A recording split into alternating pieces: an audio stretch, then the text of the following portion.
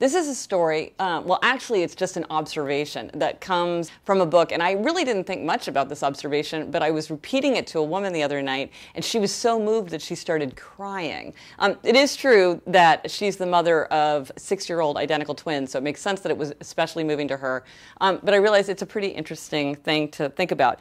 It comes from this book, a fascinating book called One and the Same by a friend of mine, Abby Pogrebin, about her experience being an identical twin, and there's also a lot of research and analysis about the relationship between identical twins.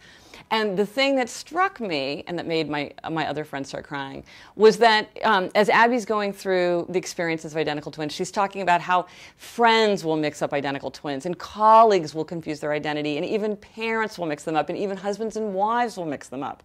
But she says there's one category of person who has never mistaken the identity of her and her sister, and that's their own children. Their own children have never been wrong about the identity of their mother. And I thought that that just showed so much about the relationship between parents and children.